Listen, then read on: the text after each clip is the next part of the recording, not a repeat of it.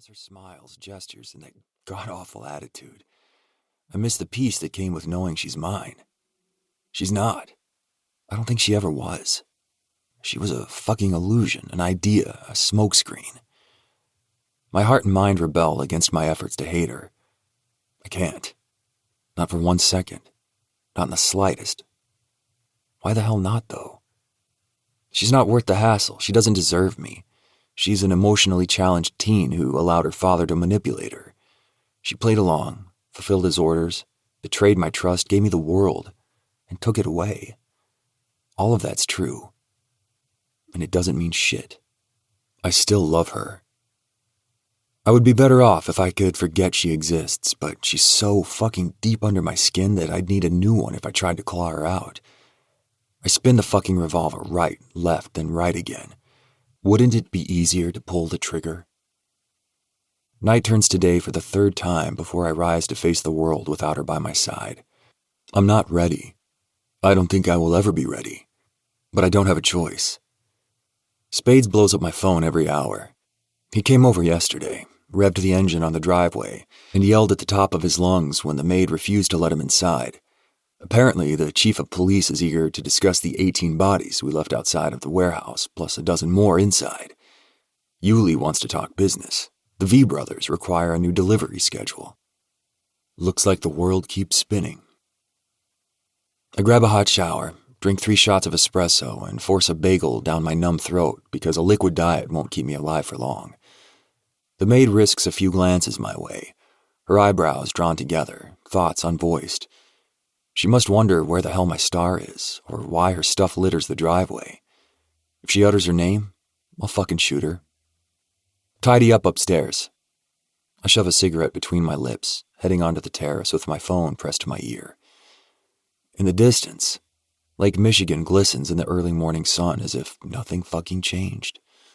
Fresh, biting air fills my lungs, filtering through 2 days' worth of cigarette smoke buildup. Spades answers before the first tone rings out, as if he resigned his time to staring at the phone until I called. Finally, he huffs down the line, a long, annoyed exhale. Jeremy's busting my balls. Yuli calls every hour on the hour, and the delivery from Detroit is way late. You need a chauffeur, or will you drive yourself to Delta? Again, the amount of alcohol in my bloodstream could intoxicate a dozen people. I'm probably in no state to operate heavy machinery.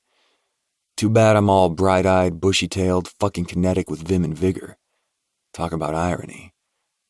Pick me up.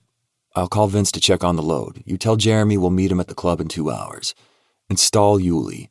I can't deal with his pompous ass today. Delta's in dire need of refurbishment after the fire. I paid no attention to the damages when I tortured the fucker who... Nope. Not going there. I inhale the freezing air and create a mental bullet point plan of action. Damage assessment first. Then contractors to fix the place and update a few details while there's an opportunity. Delta's too profitable to close for refurbishment, but now that there's no other choice, I can think of a few changes. 30 seconds on the phone with Spades redirected my thoughts away from Layla. I had 0 breaks for 2 days, not even for 1 second. But now I broke free from her spell, even if only for a moment. But that's more than I managed by myself. Work is my answer. Moping in bed won't help me deal with the past. I need to do something. Anything.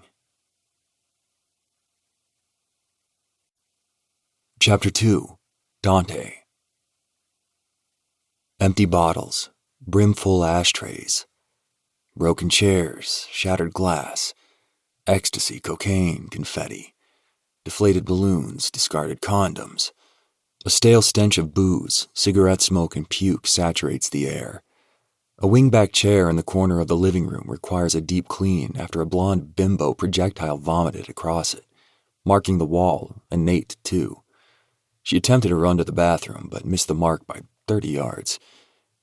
Half a dozen crystal glasses were smashed in a game of I'll show you just how pissed off I am. Bang! 2 dining chairs require replacing after Spades broke one on the head of a royal douchebag, then hit him with the second for good measure. My house has never been a venue for a single party before, and for good reason. Chaos finds its way to every